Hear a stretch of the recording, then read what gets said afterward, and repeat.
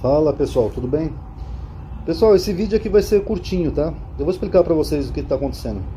Devido a essa onda de calor que nós passamos aqui no Brasil, as pessoas estão fazendo vídeos aí na internet dizendo que isso é o cumprimento de uma profecia bíblica do Apocalipse 16, versículo 8 e 9. Vamos ler aqui juntinhos, ó. E o quarto anjo derramou a sua taça sobre o sol, e foi-lhe permitido que abrasasse os homens com fogo.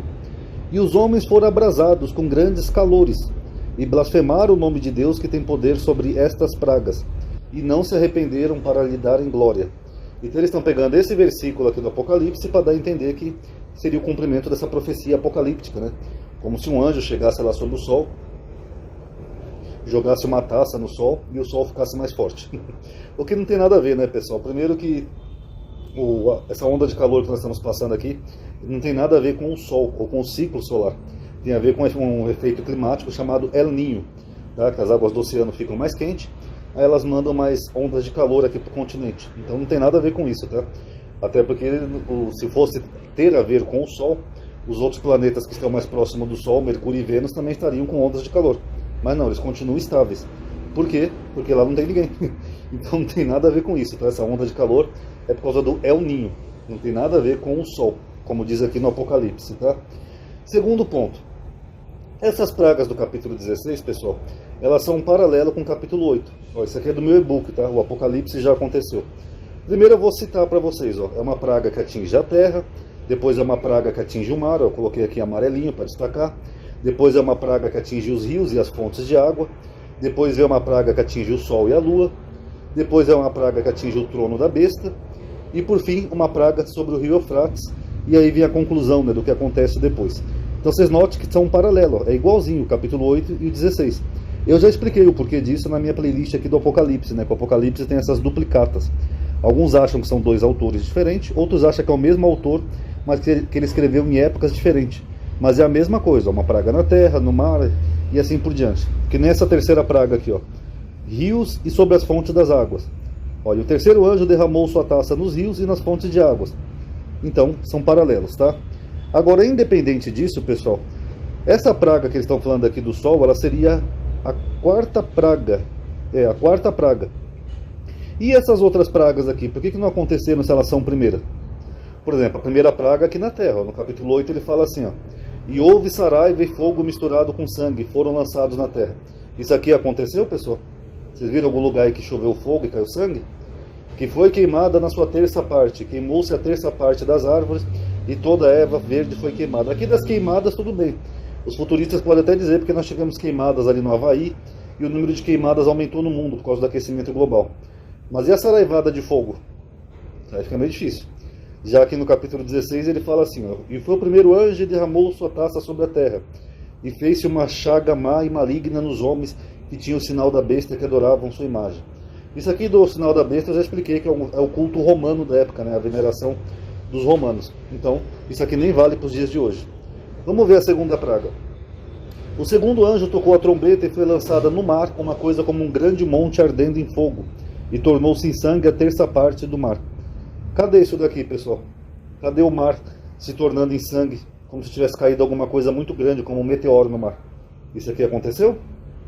Porque para acontecer a quarta praga tem que acontecer a primeira e a segunda. A primeira é que eles podem até dar uma desculpa do aumento de queimadas que realmente houve no planeta, mas e esse tipo de meteoro caindo no mar? Tornando em sangue a terça parte do mar. Já que no capítulo 16 ele fala o seguinte, ó, o segundo anjo derramou a sua taça no mar, que se tornou em sangue, igualzinho no capítulo 8, ó, como de um morto, e morreu no mar toda a alma vivente. O nosso mar já virou sangue, pessoal? Quem mora em cidade litorânea aí, a água do mar de vocês está em sangue? Então, essa é o cumprimento de meia profecia, né, no caso, né? Ó, o terceiro anjo tocou a sua trombeta e caiu do céu uma grande estrela. Como é que uma estrela cai do céu, né? Mas enfim, ardendo como uma tocha, e caiu sobre a terça parte dos rios e sobre as fontes de água. E o nome da estrela era Absinto, e a terça parte das águas tornou-se em absinto. E muitos homens morreram das águas porque se tornaram amarga. Bom, como ele fala do mar aqui na praga anterior, e aqui ele fala dos rios e águas potáveis, então ele está falando de água doce, rios.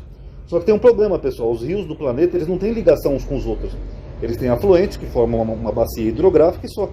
Por exemplo, aqui nós temos a bacia do São Francisco. Então, se caísse uma estrela ou um meteoro, sei lá, que tornasse amargas as águas do Rio São Francisco, um exemplo hipotético, no que se ia afetar a bacia amazônica, por exemplo? O Rio Tapajós, Rio Araguaia, Rio Madeira, não ia afetar em nada. Então vocês notam que aqui na visão do autor do Apocalipse, ele dá a entender que os rios são interligados. Por quê? Porque ele não está falando do planeta todo, ele está falando ali da época dele e das pragas que atingiria Israel. Tá? Eu já expliquei isso na playlist sobre o Apocalipse. Inclusive esse aqui é meu e-book que eu vendo, tá? O Apocalipse já aconteceu. Tem 149 páginas. Interessados, tem o contato aí na descrição, tá? Só vir de WhatsApp. E aqui no capítulo 16 ele fala a mesma coisa. E o terceiro anjo derramou a sua taça nos rios e nas fontes de água e se tornaram em sangue. Tá, que rios que ele está falando, pessoal? Porque se é um rio lá onde o autor está escrevendo, no caso ele está escrevendo em Patmos, né, que acho que é Grécia, se eu não estou enganado, só ia contaminar os rios da Grécia. Como é que uma coisa que contaminasse um rio lá na Grécia ia afetar os rios brasileiros? Tem como, pessoal? Vamos usar um pouquinho a lógica. Tem como? Digamos que cai uma estrela chamada Bisinto lá na Grécia e pegue lá um rio grego lá, não sei nem o nome, mas um rio que corte lá a Grécia. Ia afetar os outros rios da Europa? Ia afetar os rios da América? Ia afetar os rios da Austrália, do Japão? Não, pessoal. Então a gente vê que isso aqui é uma coisa regional. E aí vem a quarta praga, né, que é o Sol e a Lua. E o quarto anjo tocou a sua trombeta e foi ferida a terça parte do Sol e a terça parte da Lua. Quer dizer, vai ser ferida o Sol e a Lua. Preste atenção. Como é que você vai ferir, né, um planeta? Mas tudo bem. E no que a Lua ia influenciar o clima? A Lua não influencia em nada. No máximo as marés, né, são influenciadas pela Lua. Mas não explicaria o calor. E a terça parte das estrelas. Rapaz, tem mais estrela no universo do que areia no mar. Imagina você ferir a terça parte das estrelas. Quem que é essa pessoa? É o Thanos? Ele estala os dedos e some um terço das estrelas? Para que a terça parte dele se escurecesse e a terça parte do dia não brilhasse e semelhante à noite. Isso já aconteceu, pessoal? Ter um dia de um terço só de dia? Ou 2/3, né, no caso? Eu acho que não. Mas aqui eles pegam esse trechinho aqui do capítulo 16, aqui eles entendem que realmente é o cumprimento de uma profecia. Tá, e aqui que vai ferir o Sol e a Lua e as estrelas, para que elas não brilhassem e ferissem a terça parte delas? Por que eles não consideram isso daqui junto com essa profecia do calor? Aí fica difícil, né, pessoal? Eles pegam um trecho do capítulo 16 e entendem que é o cumprimento de uma profecia. E esse trecho aqui em paralelo no capítulo 8? Não é por quê? Sendo que nós estamos vendo aqui são paralelos. Aí depois ele fala: e o quinto anjo tocou sua trombeta e viu uma estrela que do céu caiu na terra e foi-lhe dada a chave do poço do abismo. E abriu-se o poço do abismo e subiu fumaça do poço como fumaça de uma grande fornalha, e com a fumaça do poço escureceu-se o sol e o ar. Tá, isso aqui aconteceu? Vai acontecer? Vai cair uma estrela na terra? Engraçado que ele já tinha destruído 2/3 das estrelas, né? Mas ainda sobrou uma para cair na terra. E o quinto anjo derramou sua taça sobre o trono da besta. Bom, a besta aqui nós já vimos nesse estudo do Apocalipse, que é uma referência a Roma e os imperadores romanos, que no caso pode ser o próprio Nero, né? O mesmo Nero que exilou o autor do livro. Tem como isso acontecer nos dias de hoje, pessoal? O Nero está vivo até hoje? Ele governa ainda Roma? Não. Ó, e o seu reino se fez tenebroso, e eles mordiam suas línguas de dor, e por causa de suas dores e por causa de suas chagas blasfemaram do Deus do céu e não se arrependeram de suas obras. Por que se arrepender de obras? A salvação não é por obras, não é o que os cristãos dizem? Paulo não falou que pelas obras ninguém pode ser salvo?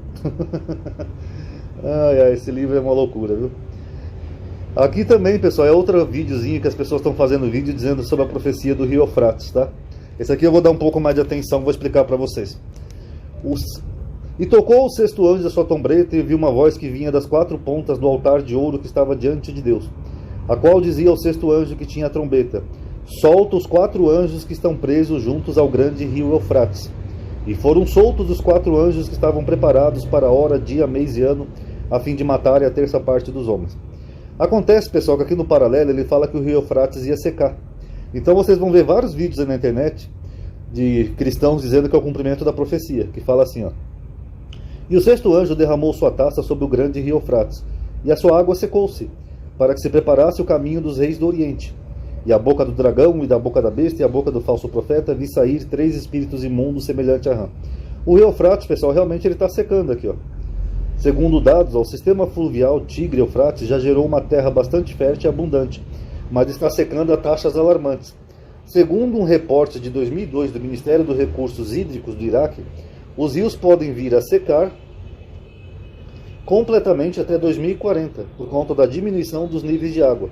Secas como essa estão intrinsecamente ligadas a mudanças climáticas, não tem nada a ver com profecia bíblica, pelas quais o planeta passa. Inclusive aqui nesse artigozinho eles mencionam que os eventos climáticos, em grande parte, estão fazendo essa seca do rio Eufrates, tá? Só que aí tem um probleminha aqui. Se a gente for pegar isso aqui como um cumprimento de uma profecia do Apocalipse, que o rio Eufrates está secando, como realmente ele está bem baixo os níveis, cadê esses anjos aqui então que não saíram ainda para matar as pessoas?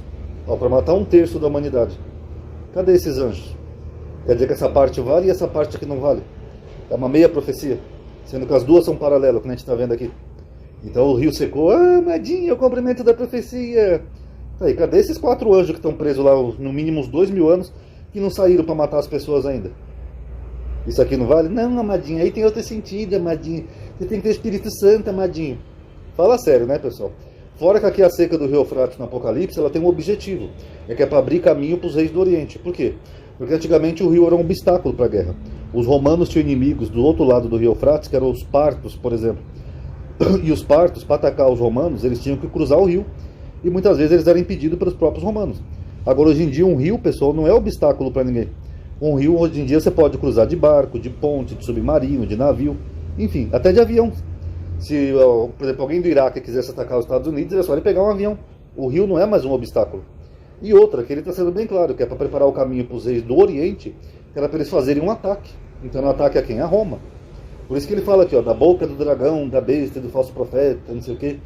Então não tem nada a ver com a nossa época, pessoal. Porque ele está dizendo que haveria uma baixa do rio Eufrates que permitiria que os partos atacassem os romanos. E realmente houveram guerras, acho que não é puri, eu esqueci qual é o nome da palavra, mas é parto romano. Vocês pesquisem aí que vocês vão achar, tá? E aí vem a conclusão, mas nos dias da voz do 7º anjo, quando tocar sua trombeta, cumprirá o segredo de Deus. Aí o que acontece depois dessa trombeta? Aí vem o reino de Cristo, ou seja, a nova aliança.